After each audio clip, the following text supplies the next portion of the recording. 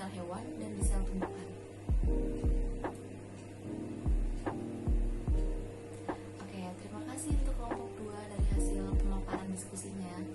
Sekarang kita lanjut pada tabel yang kedua, yaitu nama-nama organel sel yang ada di sel hewan dan di sel tumbuhan beserta dengan fungsinya. Silakan untuk kelompok 4 dapat maju ke depan. Oke, terima kasih untuk kelompok 4. Sekarang kita lanjut pada tabel yang ketiga, yaitu tentang persamaan dan perbedaan antara sel hewan dengan sel tumbuhan. Silakan untuk kelompok 1 bisa maju ke depan untuk dapat memaparkan hasil diskusinya di depan teman-teman ya. Oke, terima kasih untuk kelompok 1.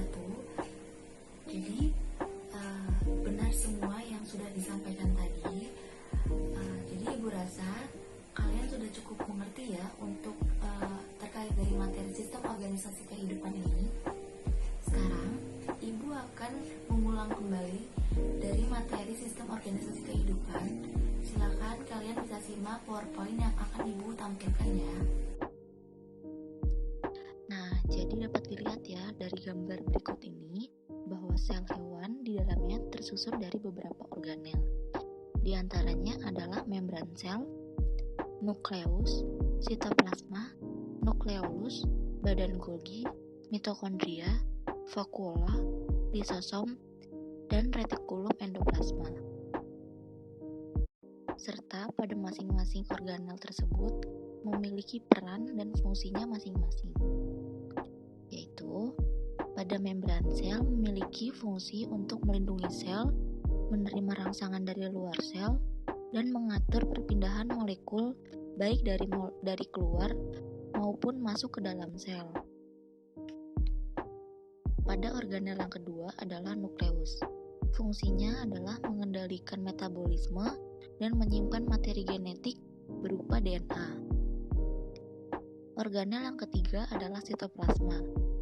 Fungsinya adalah cairan dalam sel di mana terdapat organel-organel sel serta tempat sebagai metabolisme sel berlangsung. Dan pada organel yang keempat adalah nukleolus.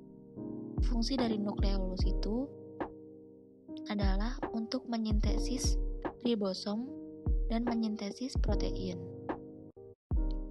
Pada organel yang kelima adalah badan Golgi, memiliki fungsi untuk memodifikasi dan transport makro molekul serta pembentukan lisosom. Pada organel yang ke-6 adalah retikulum endoplasma. Fungsinya adalah sebagai sistem sintesis dan sekresi protein, sintesis lipid, dan metabolisme karbohidrat.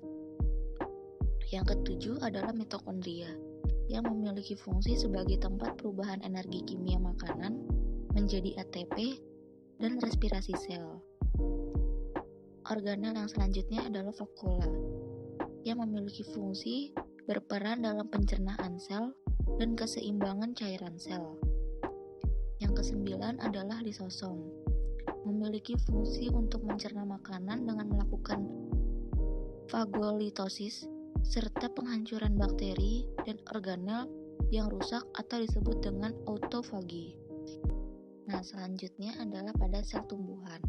Sama halnya dengan sel hewan, sel tumbuhan juga terdiri dari beberapa organel.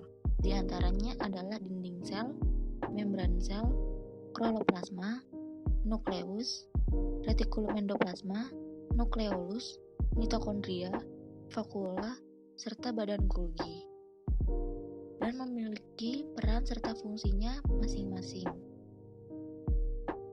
Yaitu, pada dinding sel memiliki fungsi untuk melindungi sel serta menjaga bentuk sel.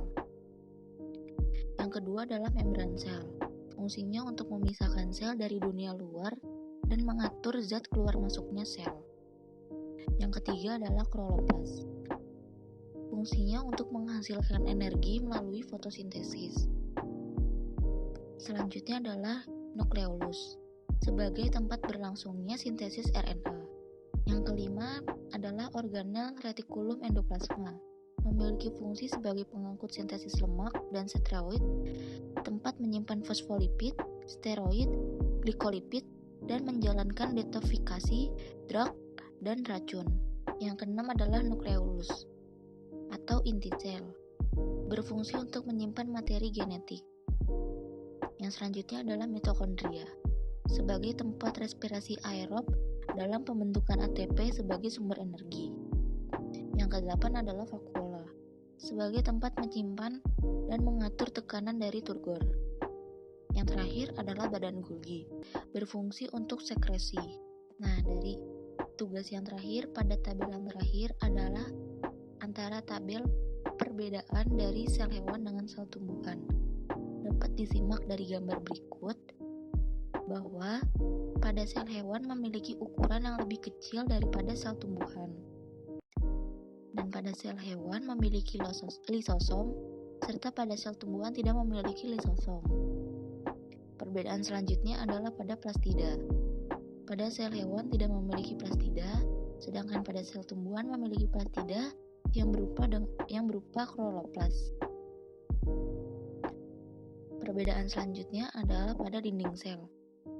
Sel hewan tidak memiliki dinding sel, sedangkan pada sel tumbuhan memiliki dinding sel. Selanjutnya adalah pada sentrosom. Sel hewan memiliki sentrosom, sedangkan pada sel tumbuhan tidak memiliki sentrosom. Perbedaan selanjutnya dilihat dari bentuk. Bentuk pada sel hewan mempunyai bentuk yang tidak tetap, sedangkan pada sel tumbuhan memiliki bentuk yang tetap. Dan perbedaan yang terakhir adalah pada vakuola. Pada sel hewan tidak terdapat vakuola, dan pada sel tumbuhan memiliki vakuola dan bentuknya yang besar. Jadi dapat kita simpulkan dari pembelajaran hari ini adalah tingkat organisasi kehidupan itu terdiri dari 5 tingkatan. Di antaranya yaitu tingkatan pertama adalah sel. Sel ini merupakan struktur unit terkecil dari makhluk hidup. Yang kedua adalah jaringan. Jaringan merupakan sekelompok sel yang bekerja sama dan mempunyai fungsi serta bentuk yang sama. Yang ketiga adalah organ. Organ ini merupakan kumpulan dari beberapa jaringan. Selanjutnya adalah sistem organ. Sistem organ merupakan kumpulan dari beberapa organ yang bekerja sama untuk melakukan fungsinya tertentu. Dan pada tingkatan yang terakhir adalah organisme. Organisme merupakan hubungan antara sistem organ yang bekerja sama untuk melakukan fungsinya. Nah, anak-anak, jadi sudah cukup jelas ya terkait dari materi sistem organisasi kehidupan. Ibu rasa sudah cukup pada pembelajaran hari ini. Kurang lebihnya Ibu mohon maaf. Wassalamualaikum warahmatullahi wabarakatuh.